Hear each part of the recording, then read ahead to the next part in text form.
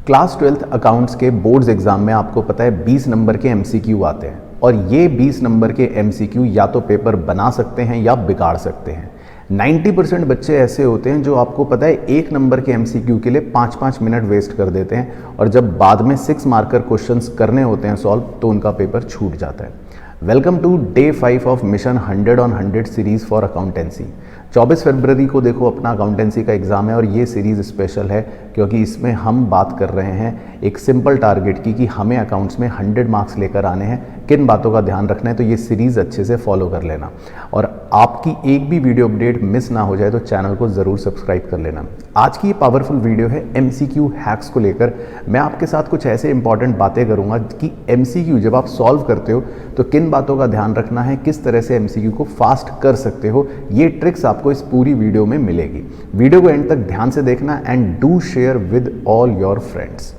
तो सबसे पहले मैं आपको बता देता हूँ हैक नंबर 1, एलिमिनेशन मेथड। देखो एमसीक्यू का पेपर जब भी होता है एक चीज़ हर टीचर सिखाता है कि जब आपके पास 4 ऑप्शंस आते हैं तो सबसे पहले आप जब क्वेश्चन पढ़ते हो तो आपके इंस्टिंक्ट में जो पहला आंसर आता है या जो भी आपके दिमाग में एक सही ऑप्शन बनता है सबसे पहले तो वो ऑप्शन देखो, अगर है तो आंसर सही है। लेकिन अगर वो ना मिले तो आपको चारों ऑप्शंस को देखना है और उन चारों ऑप्शंस में एलिमिनेट करना है कि ये आंसर सबसे खराब लग रहा है या ये आंसर या ये ऑप्शन तो हो ही नहीं सकता। जब आप एलिमिनेट कर देते हो ऑप्शन को पहले देखकर तो आपको चॉइस बनाने में आसानी हो जाती है क्योंकि फिर आपके 2 ऑप्शंस ही बचते हैं या 3 ऑप्शन बचते हैं जिसमें से आपको सही पिक करना पड़ता है। तो इस ट्रिक को ज़रूर फॉलो करके देखना अपने एमसीक्यू की प्रैक्टिस में, ये काफ़ी हेल्पफुल ट्रिक रहती है। दूसरी ट्रिक आती है, मैं आपको बताता हूँ, जो रेशियोज़ के कैलकुलेशन के एमसीक्यू आते हैं। देखो बहुत से क्वेश्चन आते हैं जिसमें आपसे या तो नया रेशियो निकलवाता है या गेनिंग सैक्रिफाइसिंग रेशियो कैलकुलेट करवाता है। ऐसे क्वेश्चन में फटाफट से आप ऑप्शंस पर जाओ और रिवर्स कैलकुलेशन कर देख सकते हो। रिवर्स कैलकुलेशन कैसे कर सकते हो? आपके पास ऑप्शंस होते हैं, लेट से आपका कोई भी रेशियो दे रखा है 7:3:2। अब आप हमेशा इस रेशियो को ऐड करो और ऐड करके जो डिनोमिनेटर है वो देख लो क्या बन रहा है। जैसे यहाँ पर आपका डिनोमिनेटर बन रहा है 12। तो अब किसी भी पर्टिकुलर पार्टनर का, चाहे नया हो या रिटायरिंग हो, कुछ भी हो, वो क्वेश्चन के हिसाब से अगर आपको लगता है कि इसमें तो डिनोमिनेटर 12 हो ही नहीं सकता तो वो ऑप्शन आपका तुरंत कट जाएगा।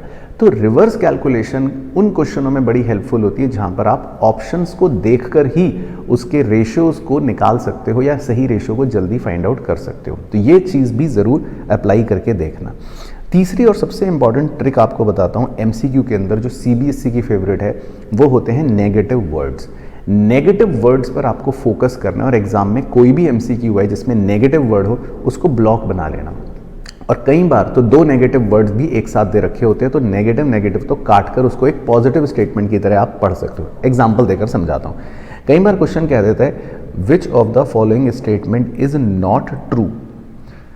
अब बच्चे कई बार जनरली नॉट नहीं पढ़ते और उन्हें लगता है कि क्वेश्चन पूछ रहा है क्या सही है, जबकि नहीं, क्वेश्चन पूछ रहा है क्या सही नहीं है। तो नॉट ट्रू का मतलब है आपको गलत ऑप्शन बताना है या गलत स्टेटमेंट पहचानना है। इसी तरह कई बार क्वेश्चन कुछ और दे देता है कि क्वेश्चन कहता है which of the following will never happen, क्या कभी भी नहीं होगा। तो इस तरह से वो नेगेटिव वर्ड जब यूज़ करे तो थोड़ा सा आपको अलर्ट रहना है क्योंकि फिर क्वेश्चन का मीनिंग बदल जाता है। और इसमें बच्चे गलती क्या करते हैं, जो ए ऑप्शन होता है वो जनरली एक सही स्टेटमेंट होता है पॉजिटिव वाला और बच्चे जल्दी जल्दी में वही आंसर टिक लगा देते हैं, जबकि क्वेश्चन नेगेटिव पूछ रहा था या नेगेटिव वर्ड के साथ पूछ रहा था या इसका मतलब होता है कुछ एक्सेप्शन पूछ रहा था तो फिर हमारा एमसीक्यू गलत हो जाता है। तो नेगेटिव वर्ड्स पर आप ज़रूर फोकस करना कि क्वेश्चन की लैंग्वेज जो है वो नेगेटिव है या कैसी दे रखी है। इसके बाद देखो एक और इम्पॉर्टेंट चीज़ बताता हूँ आपको, हैक है बहुत ही ज़बरदस्त, खासकर इशू ऑफ शेयर्स का। ये शॉर्ट एमसीक्यू आता है जिसमें या तो आपसे फोर फीचर के अंदर कैपिटल रिजर्व निकलवा लेता है या शेयर फोर फीचर का बैलेंस निकलवा लेता है। तो एक छोटा सा ट्रिक पॉइंट बता रहा हूँ, जब भी आप कैपिटल रिजर्व निकालने के लिए एमसीक्यू सॉल्व करो तो बच्चे क्या करते हैं, कई बार पूरा फॉर्मूला लगा रहे होते हैं, है ना।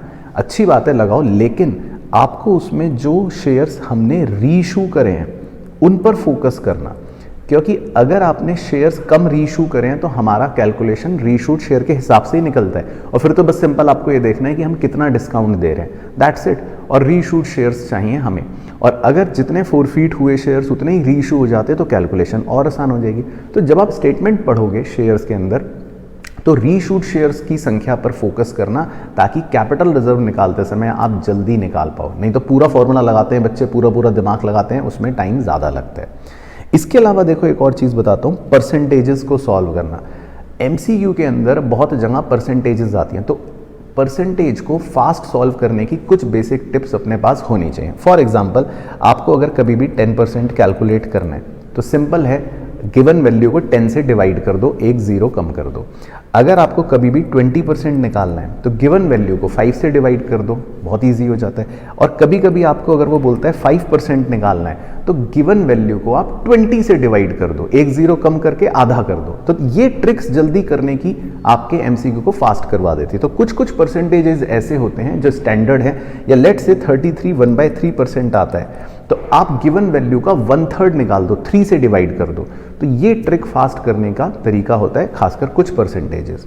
इसके बाद देखो एमसीक्यू की सीबीएसई की फेवरेट ट्रिक, सैलरी निकलवाता है, कई बार कमीशन निकलवाता है, कुछ ऐसी चीज़ देता है जिसमें आपको लिख देगा पर मंथ, या लिख देगा पर वीक, या लिख देगा पर क्वार्टर। तो थोड़ा सा इन वर्ड्स पर फोकस करना है, ध्यान रखना है, और ये ज़रूर अब अपना क्लियर होना चाहिए कि साल में 12 महीने होते हैं, साल में 52 वीक्स होते हैं, साल में 4 क्वार्टर्स होते हैं, और अगर क्वेश्चन हाफ ईयरली का है या 6 महीने का है तो उस हिसाब से टाइम पीरियड लेना ज़रूरी होता है। यानी अकाउंट्स के पेपर में टाइम पीरियड पर बहुत ज़्यादा फोकस करना है, खासकर एमसीक्यू के अंदर वो ये छोटी सी ट्रिक करके आपका ऑप्शन गलत करवा देते हैं।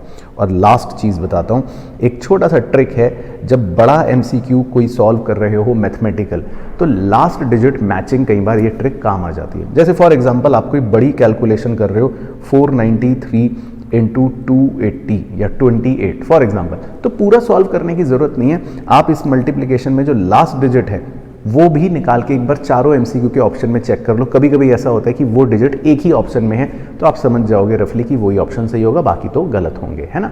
तो इस तरह से एमसीक्यू की ये कुछ हैक्स अब अपनी एमसीक्यू की प्रैक्टिस में ज़रूर फॉलो करके देखना। आई एम 100% श्योर ये आपको हेल्प करेंगे और आपका एमसीक्यू फास्ट हो जाएगा। अब कल मैं पता है आपको क्या बताऊंगा, आपका जो अकाउंटेंसी का पेपर लेंदी आता है और पेपर छूट जाता है, उस पर डिस्कशन करूंगा। और कल ऐसी चीज़ बताने वाला हूं आपको इस सीरीज़ में, आपका पेपर 30 मिनट पहले ख़त्म हो जाएगा। तो ये वीडियो जो कल आने वाली है उसको मिस मत करना, और वीडियो मिस तब नहीं होगी जब चैनल को सब्सक्राइब कर लोगे, नहीं तो आपकी कोई भी वीडियो अपडेट मिस हुई तो आप इस मिशन से भटक सकते हो। तो प्रॉमिस मी कि इस मिशन में आप 24 फरवरी तक मेरे साथ डटे रहोगे। नीचे कमेंट कर दो और वीडियो को शेयर कर दो। मुलाकात करूंगा नेक्स्ट वीडियो में, तब तक ये वाली वीडियोस चेकआउट कर सकते हो अगर मिस करी थी तो। बाकी कल मिलता हूँ।